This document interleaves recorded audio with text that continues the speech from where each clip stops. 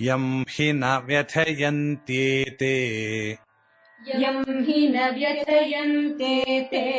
पुरुषं पुरुषर्षभा पुरुषं पुरुषर्षभ समदुःखसुखं धीरम् समदुःखसुखं धीरम् सोऽमृतत्वाय कल्पते सोऽमृतत्वाय कल्पते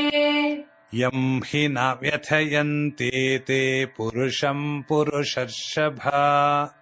यं हि न व्यथयन्त्येते पुरुषं पुरुषर्षभ समदुःखसुखं धीरं सोऽमृतत्वाय कल्पते समदुःखसुखं धीरं सोऽमृतत्वाय कल्पते यं हि न व्यथयन्त्येते पुरुषं पुरुषर्षभा